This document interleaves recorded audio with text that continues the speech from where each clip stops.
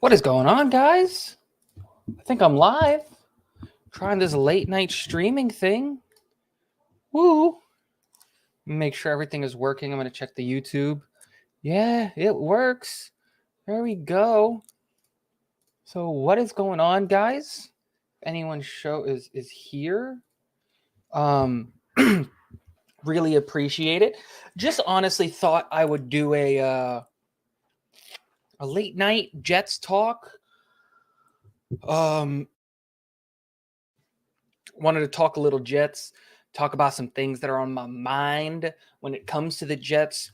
Specifically, just kind of wanted to talk, depth chart, what I think about the position groups, different things like that. Just a little bit more of a long form content. I feel like a lot of the content right now is very short and to the point on my YouTube channel, and I want to get more on the live stuff just because I want to have the interaction with chat. So I think that'll be really, really cool. So, yeah, what I wanted to do today is just have answer any questions of anybody that might show up or anything like that. What's up, Matthias? How are you doing, good sir? Thank you for stopping by. Yeah, like I said, just kind of wanted to talk depth chart. Kind of wanted to talk like, hey, here's the guys that are on the team. Here's what I think is going to happen and all of that. And so if you have any questions or anything comes up that you want me to talk about specifically, please let me know. And I'll go into depth however you feel you need to on any of the prospects or anything that we go into. As long as I have that information, I'll talk about it. So there's that. But with this offseason, obviously, like getting underway and a lot of things kind of going our way, and the Jets really, I think, unanimously winning the draft. The first thing that I wanted to talk about is like, it doesn't matter really, in my opinion, what I love Max Mitchell, man. To answer your question, Braden, what do you think of Max Mitchell? Max Mitchell is my favorite pick of the draft. When you take into consideration like value and like what we got like value wise. Give me 1 second.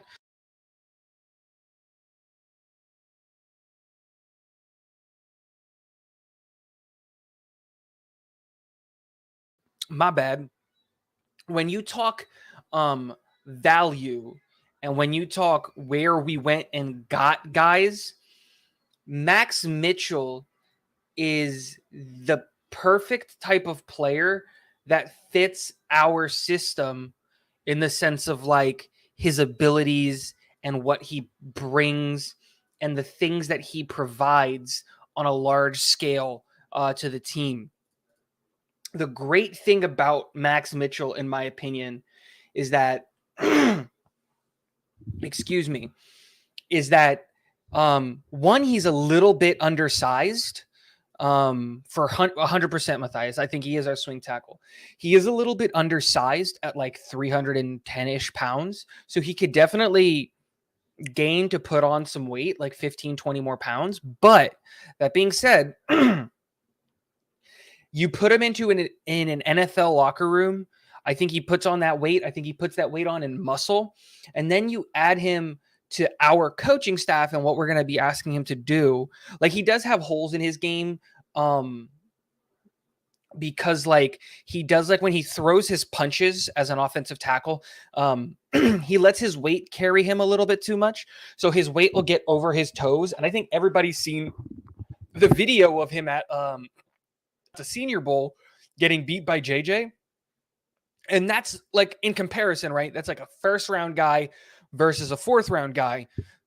So of course JJ is going to win that rep. But that being said, if he can get his weight management under control, and what I mean by that is like making sure that he's not too flat-footed and that he's not putting his weight over his toes.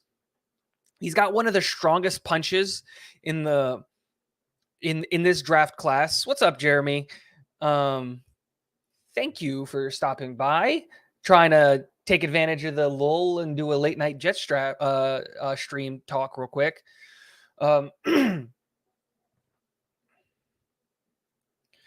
Look, yes, he didn't get run over, right? He just got juked out of his shoes, right? Like he had to go pick up his cleats and re-put them on. But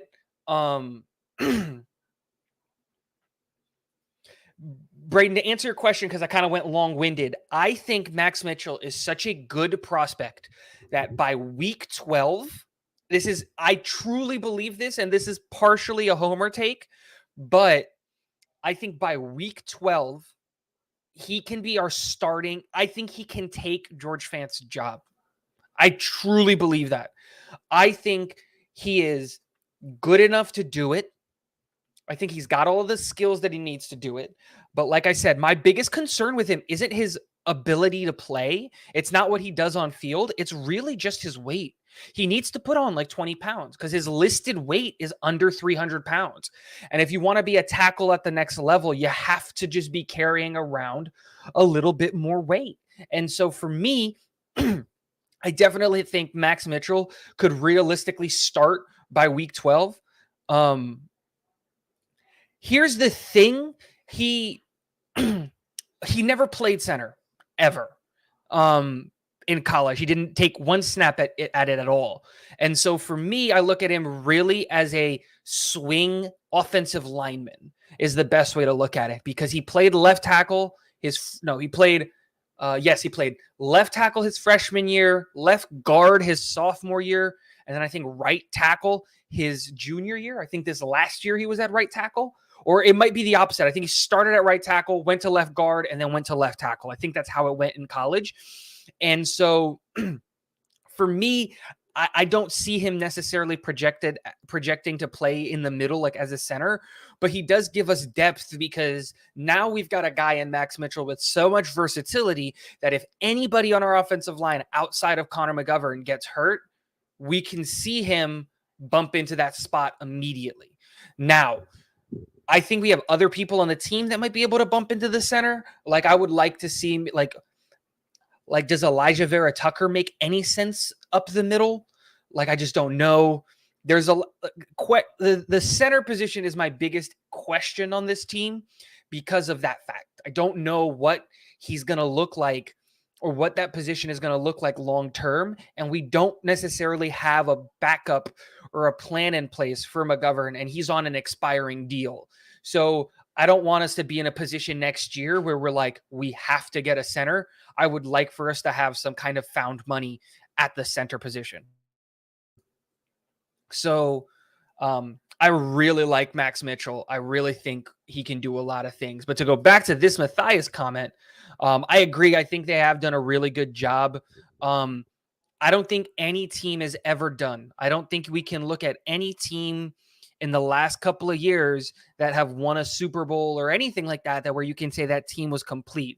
When Kansas City won their Super Bowl, their defense was devoid of talent. They were just so stacked on one side of the ball, and no one knew what to do against Tyreek Hill and Patrick Mahomes in that combo of speed and absolute craziness from an arm, that we had no idea what to expect there, like at all. So it's hard to say that any team is done, but I do think that we took a lot of steps in the right direction.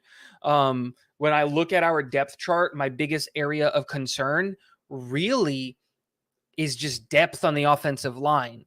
We are 2 injuries away, because now that we have Max Mitchell, I think we've got a pretty good depth. But we're 2 injuries on the offensive line away from starting Dan Feeney or Chuma Edoga or Connor McDermott or Greg Van Roten. And so that's me. I don't see why we wouldn't. My thing is next year he's going to be on the other side of 30. And my thing always with Connor McGovern is going to come back to is like, it's not that we're getting excellent play out of him, but we're not getting bad play out of him. I never understood the Connor McGovern hate. He's not the worst center. There's worse centers in the league, right? Like we saw Dan Feeney play, at center, and he was passable, but he's not someone that we want starting. I like Dan Feeney as a as a depth piece, the real question comes down to what does Connor want? Because I don't want to keep Connor on the contract that he has now. So if he's if he's willing to take a lesser of a contract, if he's willing to take, $7 million a year versus that $9 million a year kind of a thing, I wouldn't mind giving him like a 2-year deal.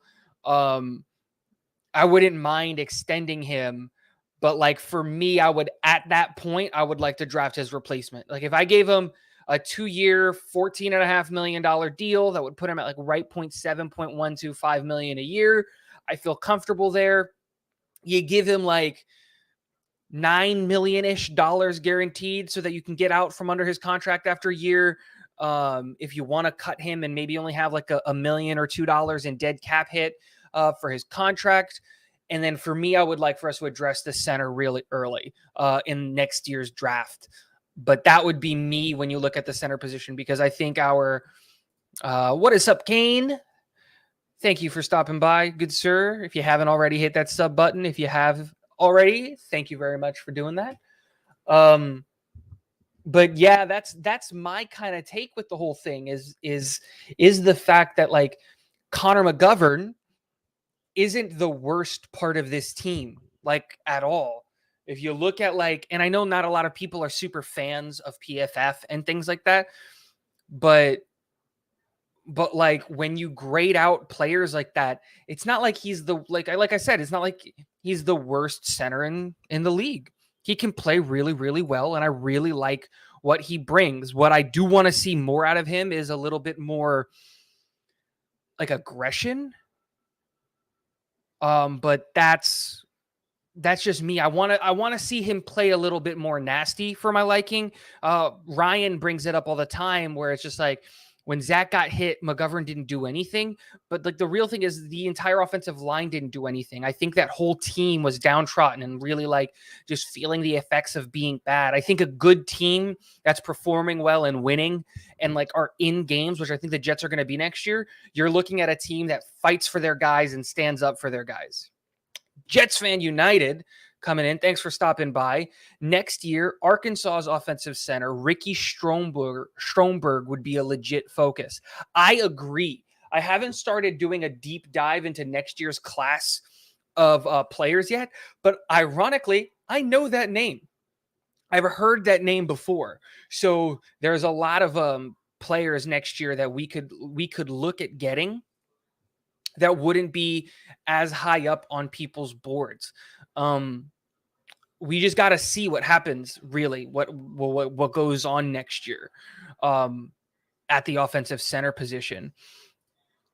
The power rankings come out tonight. Jets at 24, up 4 spots. Wow. That's great. Like it's a good, that's a good example of growth on the team. And I think it's people finally recognizing that like the Jets are doing things the right way. I think a lot of people were down on Zach Wilson last year, but like all of his weapons were hurt. At the beginning of the year, that offensive line couldn't stop a beach ball. The guy was running for his life. And I think he was trying to play hero ball. And I think, honestly, the best thing for Zach's career, and I'm going to knock on wood because I never want that kid to get hurt a day in his life for the rest of his career. But I do think that him being able to sit out for 4 weeks and watch Mike White and, oh my gosh, what's his name? Why did I forget his name? Joe Flacco run that offense.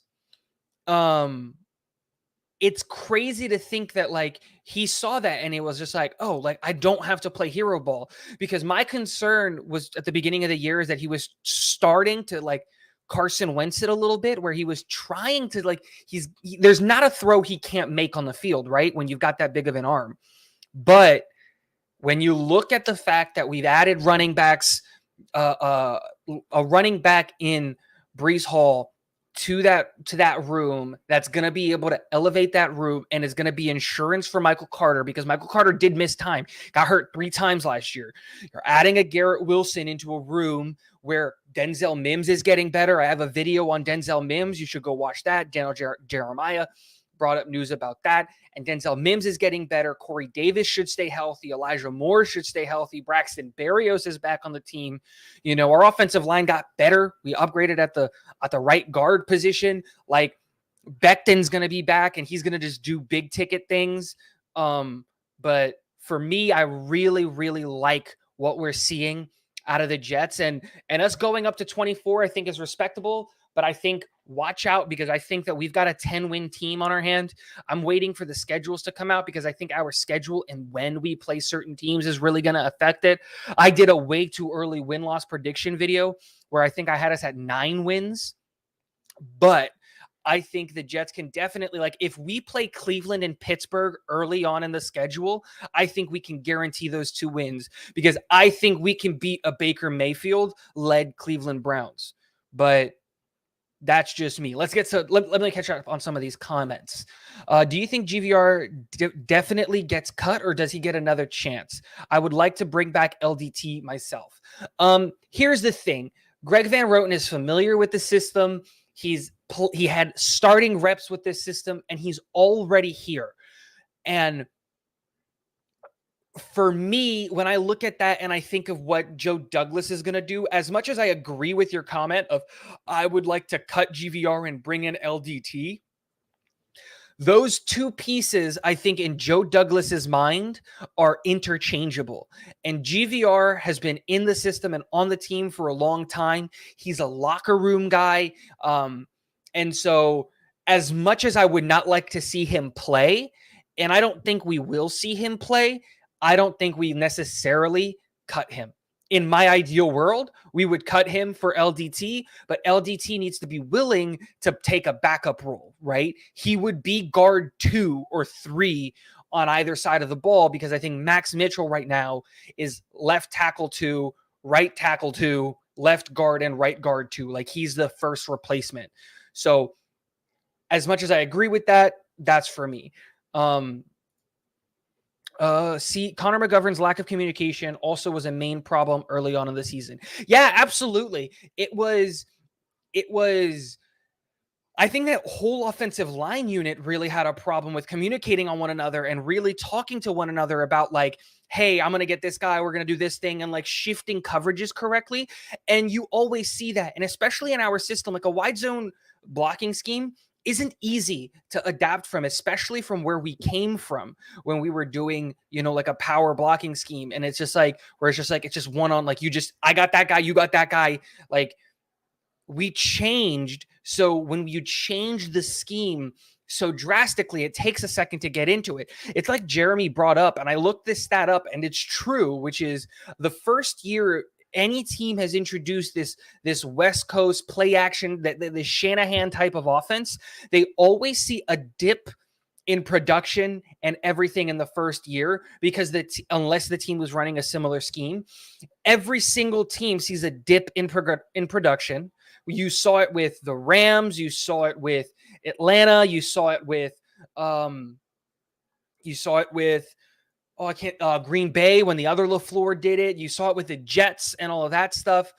Every team that brings in this system takes a dip year 1 and then takes a big step year 2, because that continuity. Now you're not focusing on the little things. The little things have become easy, and now you can focus on the big things. So I think the communication on the offensive line is going to get much better. That's a great, great point, Jets Fan United. I really, really like that one.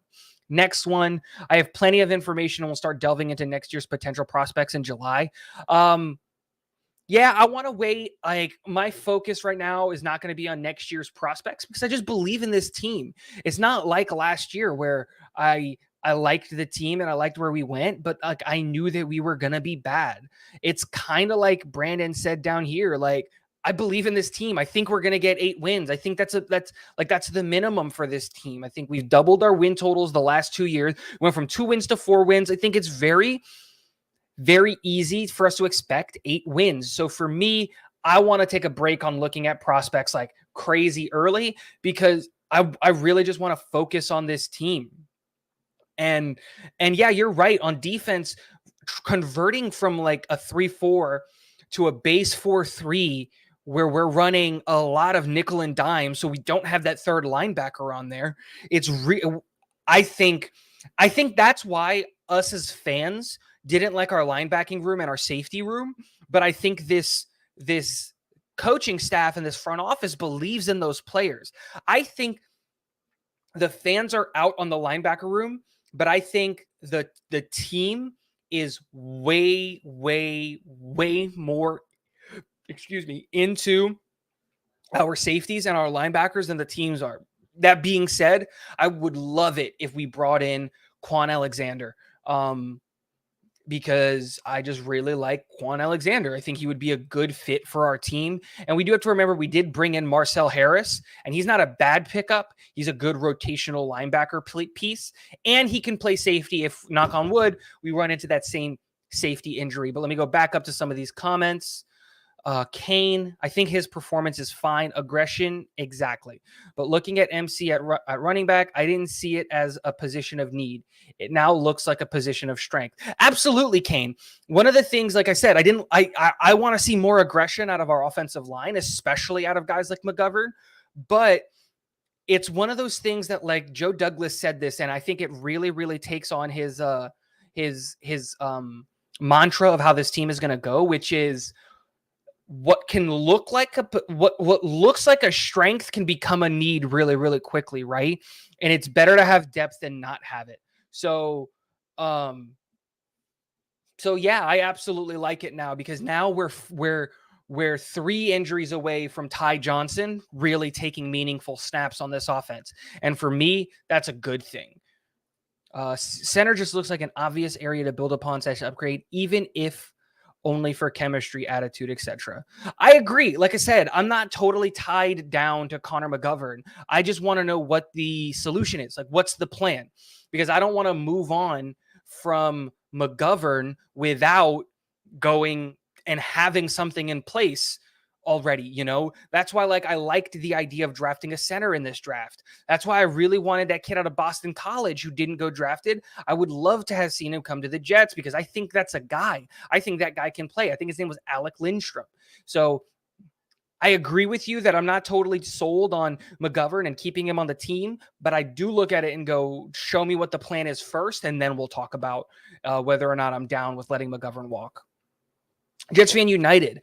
White, Flacco, and Johnson all were successful playing within the system designed, but Zach believed in his own hype coming out as a second pick. Some humble pie when he got hurt. That is when he got hurt, that he is not the one and only. I agree. I think that's absolutely correct. He got humbled and said, you know what? These guys who are not as gifted athletically as me, they're not as strong as me, they're not, and they're winning games. Mike White went out and beat the Bengals, who went to the Super Bowl, right? And so I agree. I think him getting hurt in that beginning was, like, for those 4 weeks, was a really big things for him. I we'll see. Like, if we do cut GVR, like I said, we just run like Dan Feeney and Isaiah Williams and Drew Samia and Ross Pierschbacher as the depth at guard. I ultimately don't think we keep I didn't forget about Marcel Harris Kane. I just brought it up. But I don't think McGovern, or I'm sorry, GVR, Greg Van Roten gets cut. These are the backup centers, Dan Feeney and Pierschbacher. Yeah, I agree. Like I said, I think they're comfortable with Dan Feeney as a backup center. I'm actually pretty comfortable with Dan Feeney as a backup center. I just would not want to see Dan Feeney start games long term. But, like, if McGovern got hurt, like, I would feel okay with Dan Feeney in the middle. But that's under the assumption that the rest of the line is all good. Oh no, you're good, Kane. I see you. Matthias, McGovern was playing pretty good at center position the more the year went on. Chemistry is super important, so I'm okay with McGovern. Let's see if he gets even better. I agree. It's like George Fant. George Fant was found money, right? Like, we brought him in. He was a swing tackle before he was a backup, and now he's a starting right. He was our starting left tackle, and he's in competition to play with Becton. And honestly, my true assessment of it is, like, Fant doesn't hold a candle to Becton. Like, Becton, when healthy, I think is a top 10 tackle in this league. And Fant was playing at a really high level on that left tackle spot. So I believe in Joe Douglas to find us like really good prospects and really good talent late, with like cuts and things like that. But we'll have to see. But I agree. I think Connor McGovern was getting better, and he's still young enough that giving him another contract is a good thing there. Isn't that backup thing? Yep. Tomlinson, Van Roten, and Samia went over that.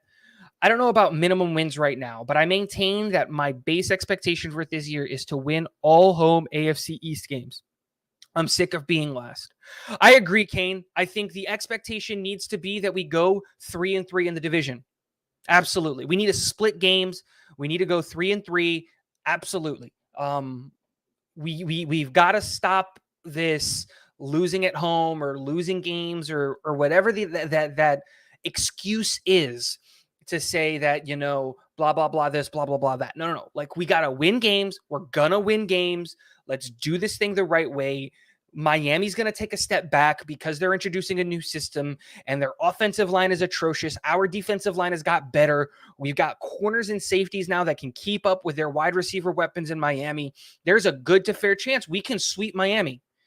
I look at it going as well with the New England Patriots. They don't have an offensive coordinator. Who's calling the offensive plays for New England?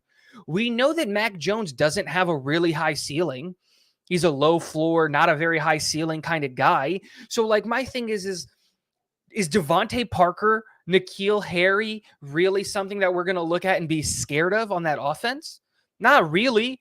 I want, like, my goal this year is to play in New England and have Mac Jones run into the back of Cole Strange and they get their own butt fumble because Q just decided to line up over the top of Cole Strange, pick that man up by his shoulder pads, and throw him into Mac Jones. That's what I want to see because that team doesn't scare me. The one thing that they used to have, that New England used to have, that really scared people is their defense. They traded away one of the best corners in the league, followed that up by not franchise tagging or extending the guy who was actually one of the best corners in the league in JC Jackson. Dante Hightower left, so they don't have a single pass rush threat. Like, outside of Judon, who are you scared of on the New England defense? I'll answer that for you. No one. There's not one person that you're concerned is going to do anything on that team. So, and they did bring in De'Ara King, but we'll see what he does. A quarterback transitioned into a slot wide receiver. I don't hate that, but we'll see it. Next comment, Jets Fan United. No expectations were set high, but reality last year was evaluation season. Now season 2, we will take a step forward, but be prepared that the team might need another year before they produce. Oh, no, absolutely, Jets Fan United. I agree wholeheartedly. I'm not asking for a Super Bowl right now. That's not what I want out of this team right now. What I want to see a clear step forward. What I want to see is a team that is in games. If we go 6, 7, 8 wins, I'll consider that a successful season as long as those games that we lost, we were in those games. If we're losing games by 1-score games, and it's not because of boneheaded mistakes, but just the cards didn't fall our way, because that sometimes happens, right? Time of possession, different things happen, an interception here, a fumble there, like a missed field goal. Those things happen. But if we're in games and we're competitive and we're winning and I can sit through an entire Jets game without absolutely hating myself, that's a successful season. Jacob Martin is a linebacker, which will also play wide 9 defensive end. Our starting 3 linebackers are Mosley, Quincy, and Martin. I don't think, is Martin considered a linebacker? From my understanding of Jacob Martin from my Texans fans is that he's a true edge. I don't think we're going to play him truly like as an off the ball linebacker or like someone in coverage. I think I don't think we're going to play 3 linebackers very much at all. I think our starting linebackers are going to end up being CJ Mosley, and I don't think it's Quincy. I think it's Hamza Nasruddin. If Hamza wasn't hurt, I think he would have gotten a lot more playing time. So I think our starting defensive line, like when we roll out our first defensive line unit, I think truthfully it's going to go Carl Lawson, Quinnen Williams, Jonathan Franklin Myers, and Jermaine Johnson in that front 4. Our linebackers are going to be CJ and Hamza. And then we're going to run a cornerback room because I think we're going to run a slot corner. I think it's going to go Gardner on the outside, Hall on the outside, DJ Reed on the inside as a slot. And then in the safety, I think we run Whitehead. And hear me out here, Michael Carter II. He played safety at Duke a little bit, but if I had to bet, it would be Michael Carter II at safety or Jason Pinnock up there at safety as the second safety. That would be my guess of that starting defense that we run out there. We really like running our corners and running three corners to coverage and really just add to the coverage because our defense is predicated on getting to the quarterback with four guys. Those front four need to get home. Everybody else is on coverage duty and on run stopping duty. Here's what we don't have information on. Here's what we don't have information on what they think about their developing players at these positions like O-line and linebacker. Yeah, I agree. We don't know what they think about our position guys. So we really got to look and see how they play out next year, like truthfully. Jacob Martin is absolutely just a rotational edge. I don't think he gets much play time. You're looking at a guy that's going to kind of be given, in my opinion, a very similar rotation as Michael Clemens. We're looking at maybe 10 snaps a game. I don't think it's going to be anything more than that, honestly. For both of those guys, I think they both get about 10 snaps a game, maybe, and it'll be on like second downs, like 2nd and 8s, 2nd and 12s, so that we can bring out our big hitters on third downs. Jets Fan United, LDT is away doing the doctor thing. He was supposed to come back next month and could be re-signed then. See, I did not know about that. But my question comes down to, like, again, what does he think his role is? That's my thing. Does he think he's a starter or is he okay with being a backup? If he's okay with being a backup, bring him in and cut GVR or, cut some of the other guys and keep both GVR and LDT. I'm never mad at depth, especially because like GVR's contract, like we can get out from under it next year. Like, that's to me is my thing is if we're cutting GVR, I want it to be for a good reason. I don't want to just cut players because we don't like players. So yeah. Mekhi Becton is at the focus weight they want for him. Now he is just maxing his strength as seen in some highlight videos. Absolutely. Manyweather is one of the best offensive line coaches on the planet. And so like it bodes well that Max Mitchell has been working with Duke and like all of these things. And so for me, I'm okay with him missing time. My wife is like 33 weeks pregnant, and I wouldn't leave her at all for anything right now, like mandatory, non-mandatory. Like, I don't care. I'd rather lose my job than leave her with like my firstborn and all that stuff coming on the way. So I'm okay with him missing time. These are voluntary workouts. I believe in Becton. Braden, it would be nice if our starters were all healthy at the start of the season too. I agree, man. Last year, we didn't see a single snap in NFL playtime of Carl Lawson, Vinny Curry. Did we see LaMarcus Joyner at all? I don't remember. Like, we lost a lot of guys like early, and it's so disheartening. But like, I would absolutely be happy if we could just play a healthy team. Honestly, just a healthy team, start it, and not have to worry about anything like that. Matthias, if Zach takes this next step, I don't have any reason why he wouldn't. I can't see why we wouldn't split the division. Going back to the division talk, absolutely. Zach doesn't even need to get to Magic. See, thank you, Jets fan. No Joyner. I thought so. I thought we didn't even see Joyner. Like, my thing going with this comment is we don't even need Zach to be the superstar that I think he can become. I'm not expecting him to go and become Josh Allen or Patrick Mahomes or anything like that. I want him to get to Kirk Cousins. If you can get me Kirk Cousins level football in your second year, and then from year 2 to year 3, take that Kirk Cousins step from Kirk Cousins, Dak Prescott to Josh Allen, Patrick Mahomes, all that stuff. That's the progression I want to see out of our quarterback. I'm not expecting him to blow me away. I want you to be smart with the ball, be accurate with the ball, and then when you're asked to, be magical. And that's it. Only when you need to. When you need to pull out a Tennessee Titans, waving him down the field and ripping a bomb, do it. But I don't need that on every play. You've got Breece Hall, you've got Michael Carter, you got Jeremy Ruckert, you got CJ Uzama, you got Tyler Conklin, Wilson,